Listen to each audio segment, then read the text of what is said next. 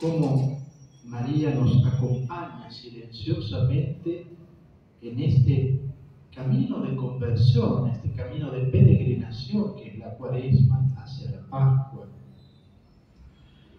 En primer lugar, María nos acompaña como la discípula del Señor. Si bien no podemos celebrar la misa propia de María, como se hacen otros sábados durante el año en Cuaresma, debemos celebrar la misa propia del día de Cuaresma. Sin embargo, la presencia de María está allí silenciosamente, inspirándonos, sosteniéndonos, motivándonos en este camino fuertemente bautismal. Porque la Cuaresma es poder reavivar nuestro bautismo, reavivar lo más genuino que tenemos como cristianos, como hijos de Dios, ir a lo esencial. A veces por las circunstancias de la vida nos quedamos en la superficie, en lo accidental. La Cuaresma quiere que vayamos a lo esencial, al espacio teologal, al espacio de Dios en nosotros, en donde se unifica nuestra vida. Recordar que también la Cuaresma es un combate, no solo es una peregrinación, sino que es un combate, una lucha.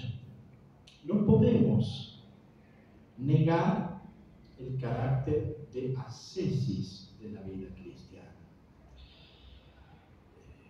Sería privar de algo que es fundamental en nuestra vida cristiana, que es la ascesis. Hoy la palabra ascesis nos puede resultar extraña, como algo solamente referido a los monjes o a los padres del desierto, la vida ascética que antes tanto se hablaba, vida ascética, vida mística, que no son contrapuestas, sino que van juntas, ¿no? La ascesis y la mística. La vida ascética, ascesis, viene precisamente de combate, de ejercicio, la expresión griega viene del combate, de la preparación para el combate de los griegos. Entonces había que estar en forma para luchar, para enfrentarse, para poder defender la polis, por así decir. Entonces había que tener un estado físico, un estado espiritual, una vigilancia interior para poder defender.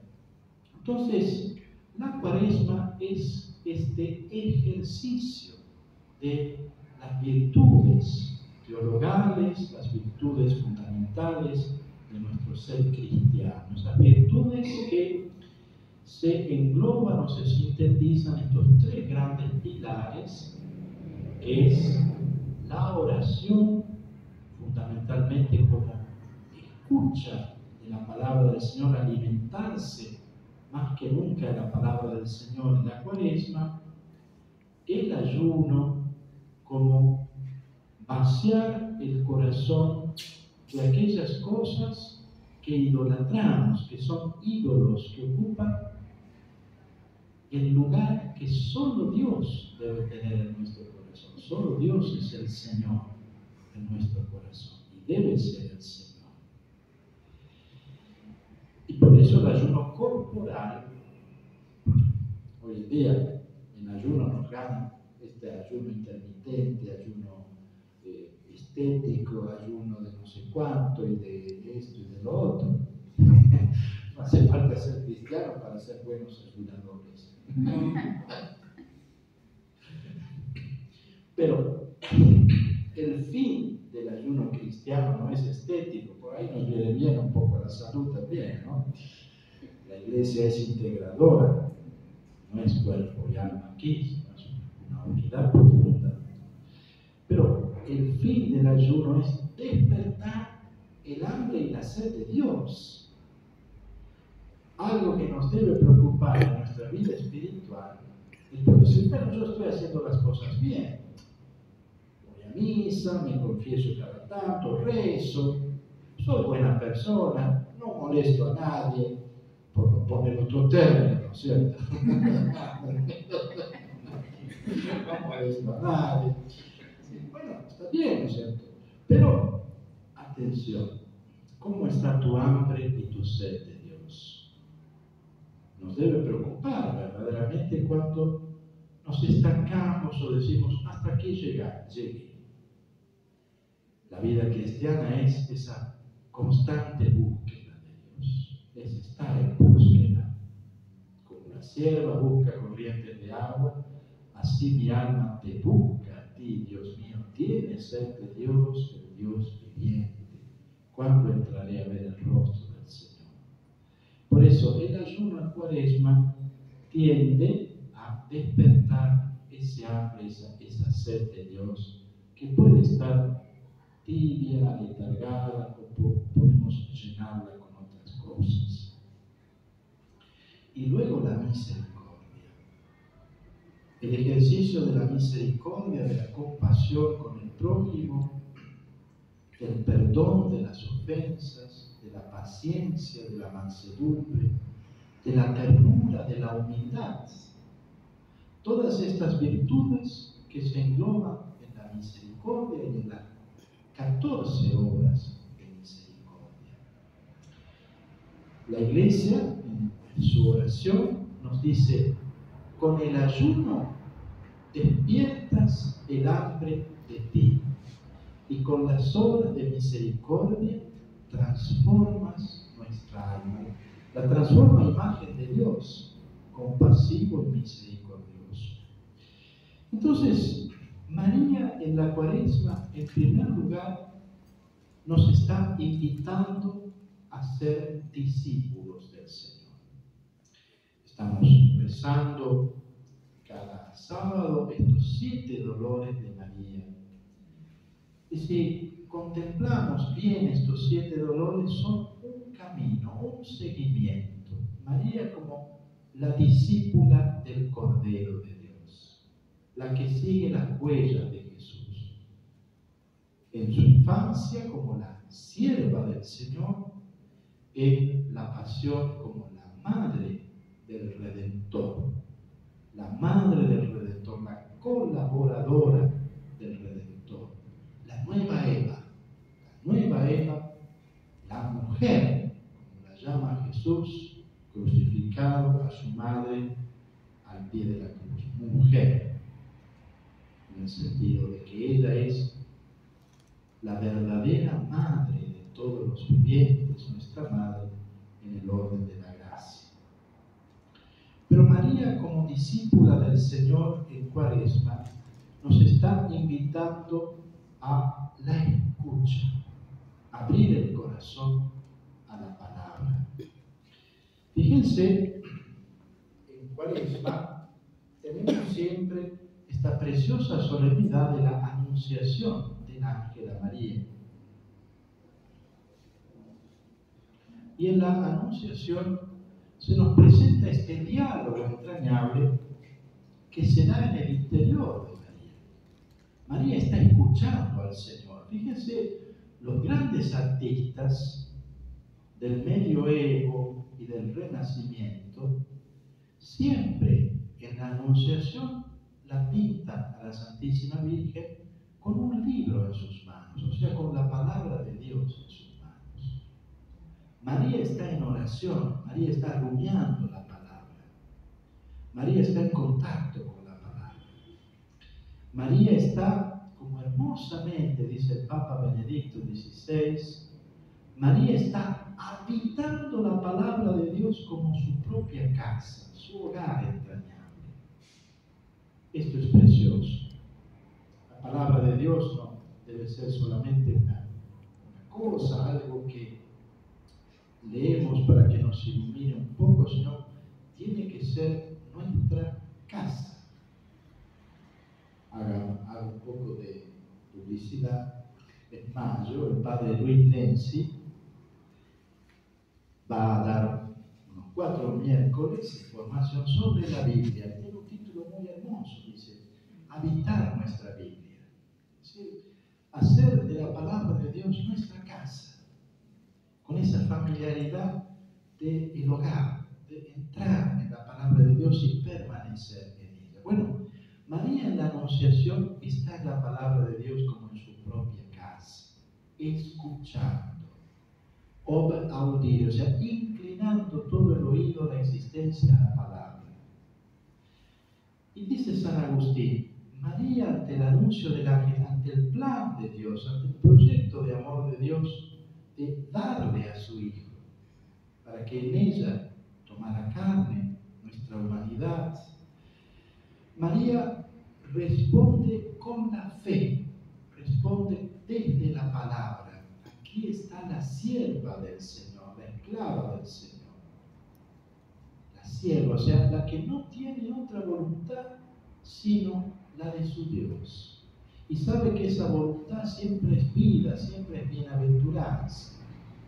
Aunque María no tiene, por así decir, un certificado de seguridad, de que todo va a suceder bien, no sabe a qué abismo se está lanzando, pero sabe que ese abismo es un abismo de bondad, es un abismo que le ha dicho, no temas, María, has hallado gracia a los ojos de Dios, la llena de gracia, la llena del amor divino. Y por eso María cree, es la actitud fundamental, cree, repara la desobediencia de Eva, y en ella toda nuestra desobediencia, que es no querer escuchar al Señor.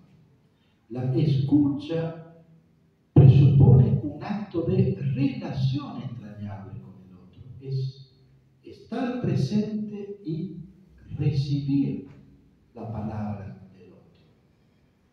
Hay que saber escuchar.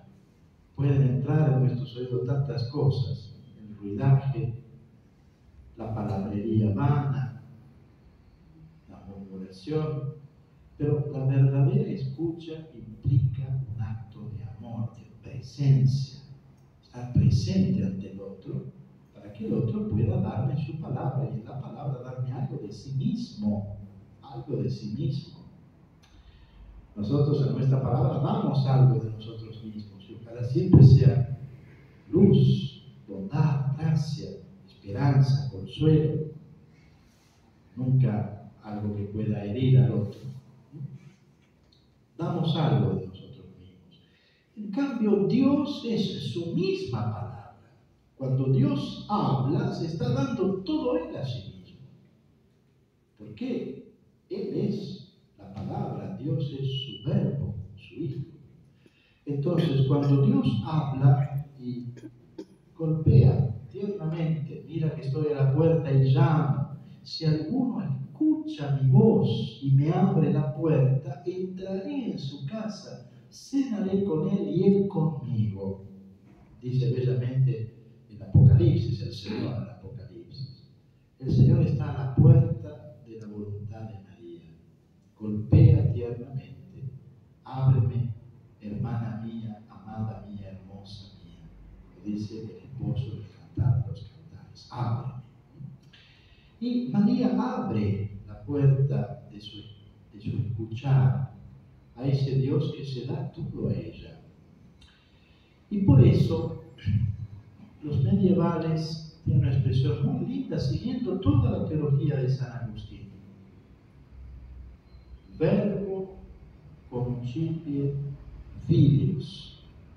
Por su palabra concibió al Hijo.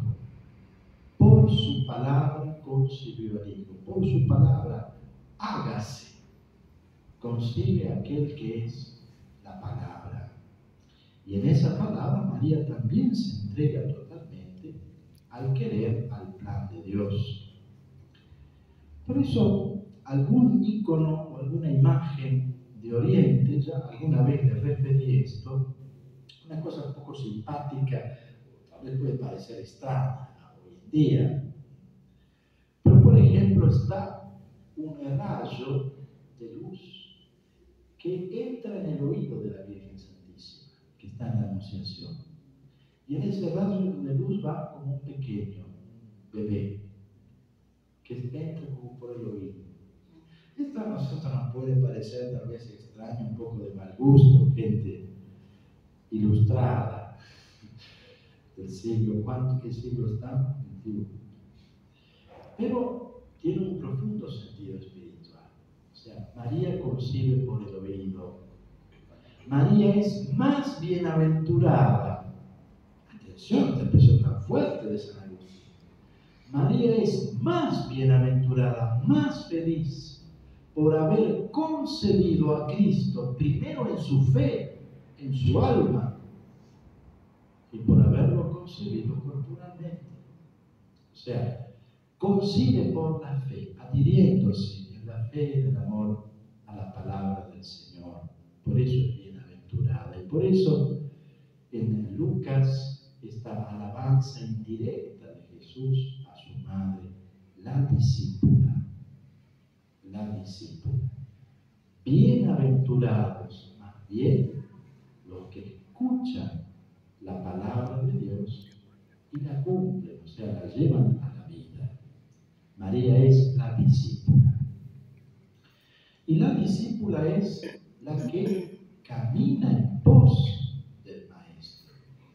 Y por eso la vemos a María, como la contempla la tradición cristiana en el Vía Matris, Camino de la Madre, o el Rosario de los 7 Dolores, la vemos como discípula siguiendo el camino de su Hijo.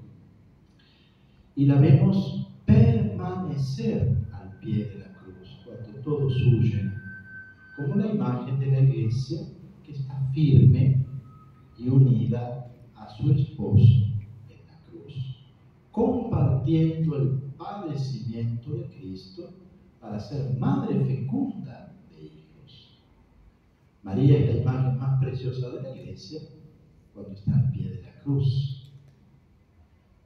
Como dice bellamente en la liturgia, los dolores que no experimentó al dar a luz a Jesús, porque lo dio a luz virginalmente, los padeció inmensos en un mar de dolor al hacernos renacer a nosotros, cooperando con su dolor, al dolor redentor de su Hijo, al hacernos renacer a nosotros a la gracia. Por eso bellamente lo dice el Concilio Vaticano II, es nuestra madre en el orden de la gracia. Lumen Gentium, el capítulo dedicado tan hermosamente a María. Entonces, en Cuaresma, María es la discípula que nos enseña a escuchar. Fíjense qué hermosa oración que tiene la liturgia de la misa de Santa María, discípula del Señor. Estos leccionarios para celebrar misa propia de la Virgen. Dice la antífona: dichosa eres, María, que al recibir el anuncio del ángel te has hecho madre del Verbo de Dios. Dichosa tú, que meditando en silencio las palabras del cielo, también en referencia a Lucas, como María va rumiando constantemente, y esta es la esencia del rosario, rumiar en María las cosas del Señor. María conservaba. El verbo conservar es un verbo muy rico en griego, conservar cuidadosamente, delicadamente, los hechos, las acciones de Jesús, y las rumiaba, las iba comparando, poniendo en relación estas cosas, estos hechos, estos acontecimientos de Jesús, tratando de buscar la hilación, la referencia. Guarda en el corazón la palabra. Seguimos con la antífona: dichosa tú que meditando en silencio las palabras del cielo, te has convertido en discípula del Señor. Y dice la oración colecta: Señor Dios nuestro, que en la bienaventurada Virgen María nos das el modelo del discípulo fiel que cumple tu palabra.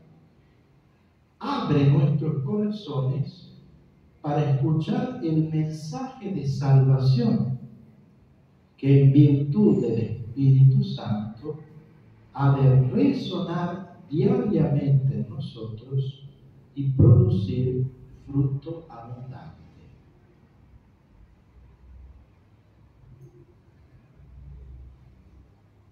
La discípula que sigue al Cordero, donde quiera que vaya, como dice el Apocalipsis. Estos siguen al Cordero, donde quiera que vaya. Pero la discípula, ser discípulo, es también estar a los pies del Maestro. No solo seguir las huellas, los pasos, sino estar a los pies del discípulo. A algunos les gusta estar más sentados a los pies y caminar un poco, pero tenemos que juntarnos a la Marta y a la María juntas, siempre, como decía Teresa de Ávila, siempre las hermanas que se lleven bien en la casa, que estén juntas. Entonces también nosotros caminar, pero también estar a los pies del Maestro. No se puede caminar sin estar a los pies del Maestro. Y estar a los pies del Maestro sin caminar es privarnos de una, como se dice, opción fundamental de nuestra vida. Entonces, María es modelo de estar a los pies de Jesús. Un hermano nuestro, ustedes perdonen que yo no tengo PowerPoint y todas estas cosas, yo soy de la vieja escuela para esto. Pero al que le interesa, ustedes tienen celulares, pueden buscar imágenes, todas las que quieran. En Fra Angelico, las imágenes de Fra Angelico pinta para los frailes en el convento de San Marco, en Firenze, Florencia. Van a ver que Fra Angelico pone algunas imágenes que no son, por así decir, históricas. No son históricas. Por ejemplo, en la gran imagen que él pinta, que es tan preciosa, de Jesús coronado de espinas, con los ojos vendados, sentado en un trono, como un rey vestido con una túnica blanca, y vemos, por ejemplo, manos, no están las personas, sino manos que le golpean, que le escupen, otro que se saca el gorro, señal de esas inclinaciones burlescas que hacían al Señor en la coronación de espinas. Esa imagen central es muy impresionante ver a Cristo porque está como un juez allí más que como un rey, el juez del cielo y de la tierra, con los ojos vendados, ultrajado. Y a los pies de esta imagen del Cristo coronado de espinas y ultrajado está la famosa imagen de Santo Domingo, nuestro Padre, orando con las Escrituras, sentado Domingo también en actitud contemplativa de discípulo con la palabra de Dios. Todos conocemos esa imagen de Santo Domingo. Se la ha reducido a esto sin dar el fresco completo. Domingo iluminado, ¿saben? Es hermoso lo que ha logrado Fra Angelico, que de la palabra brota la luz que ilumina el rostro de Santo Domingo en esa imagen. Entonces ahí nos está diciendo cómo la palabra ilumina a nuestro Padre, la luz de nuestro Padre viene de la palabra de Dios y está inmerso, morando en la casa de la palabra. Y en el otro costado está la Santísima Virgen, también sentada. Como digo, no es histórica porque no tenemos ninguna relación de que la Virgen Santísima estaba sentada mientras ultrajaban a Jesús, pero nos pone en esa actitud de la discípula que está a los pies del Maestro, conservando su palabra, rumiándola en el corazón, junto a Santo Domingo, guardando en el corazón la palabra de la cruz. Y en otros frescos que también Beato Angelico tiene en San Marco de Venecia, es la cruz. O sea, en la crucifixión nos encontramos, bueno, Santo Domingo siempre de rodillas, abrazado a la cruz, como María estaba al pie de la cruz, de rodillas, abrazado a la cruz.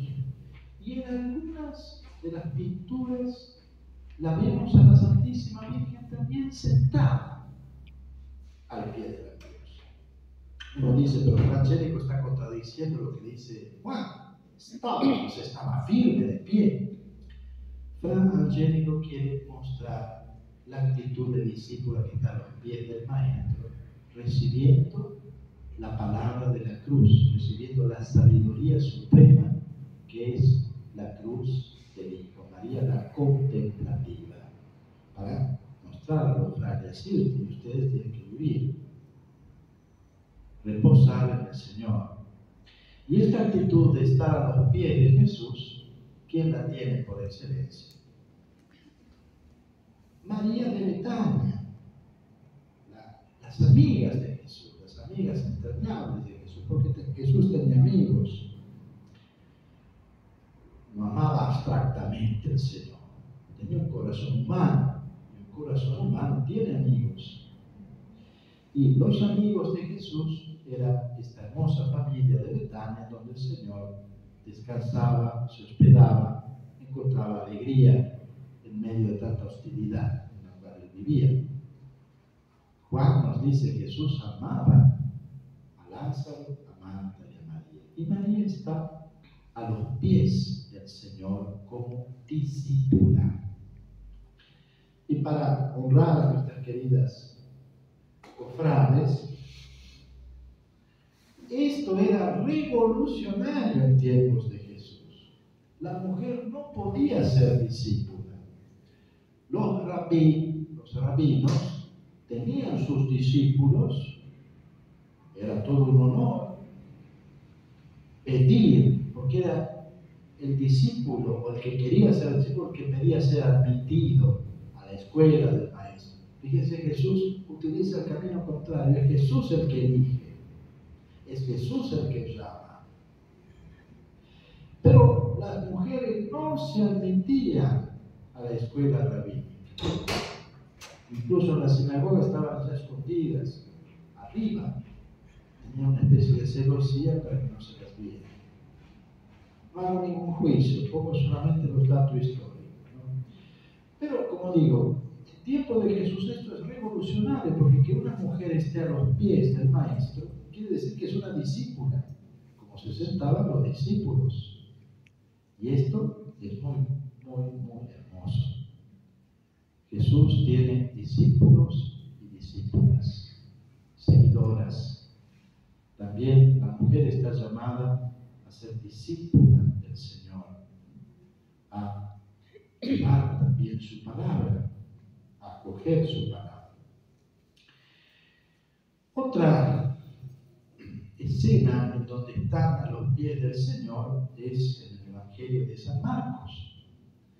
Parece que los parientes de Jesús estaban un poco inquietos por la enseñanza de Jesús. Entonces están allí junto con María, pobrecita, en medio de todo este tumulto, y quieren llevárselo a Jesús para que deje de hablar de esas cosas extrañas, del reino y de todo eso. ¿Cómo es eso? Que vuelva a la tranquilidad de Nazaret, a su trabajo.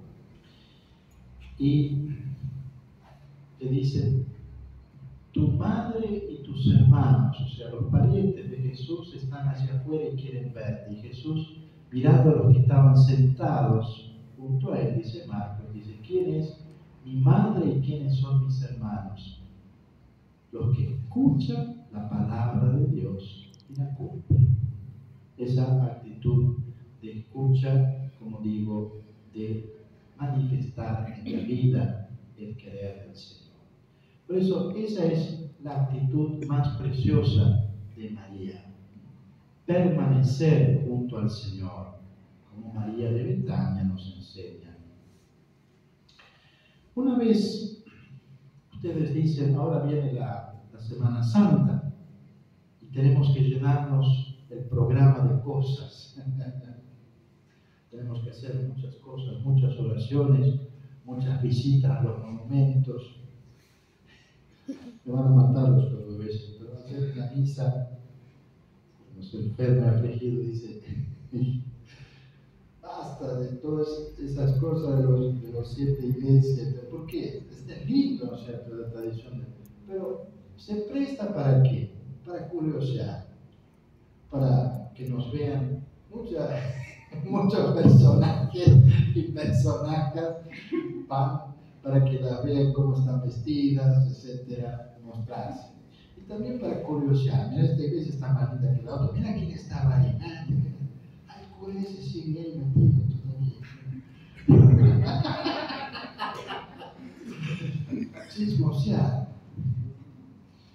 Y se nos va el espíritu del Jueves Santo, que es permanecer junto al Señor, permanecer en la escucha, en la adoración. Es lindo salir a pasear, macanear un poco afuera, bueno, pero las indulgencias y todo, se puede ganar indulgencia también acá, no se puede ganar más que una indulgencia plena por día, así que si ganar acá no va, por más que haga 800 iglesias no va a ganar otra indulgencia. Maestro Marco, ¿le digo una cosita?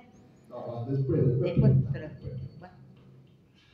Entonces, no digo, hagan todo lo que quieran, pero con un espíritu de silencio, de peregrinación.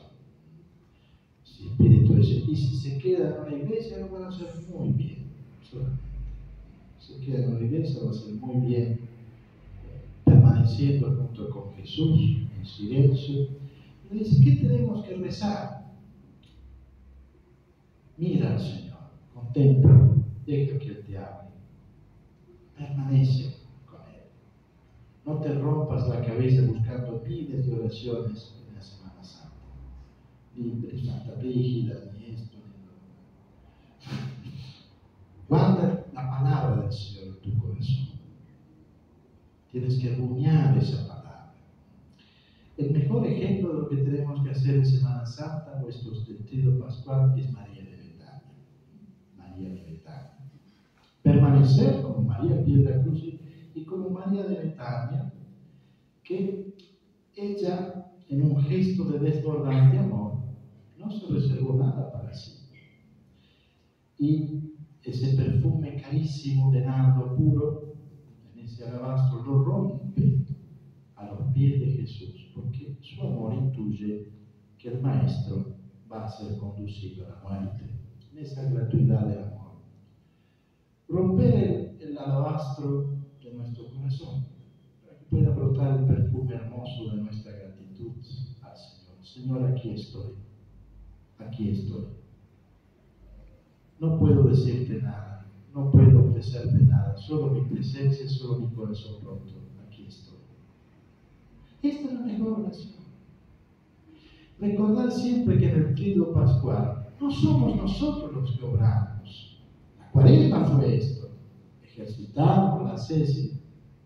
El Tríduo Pascual es el Señor quien obra. Dejémosle obrar al Señor. Dejémosle obrar al Señor. Dejémosle vivir su Pascua por nosotros en beneficio nuestro. Nosotros permanezcamos como discípulos, como María de Betania, como estas imágenes que Frangélico pintó de María de Santo Domingo, en esta actitud, ¿sí?, de vigilancia, pero de apertura, de silencio, de esperanza. Es bueno esperar en silencio la salvación del Señor, dice bellamente el libro de la Lamentación. Bueno, listo.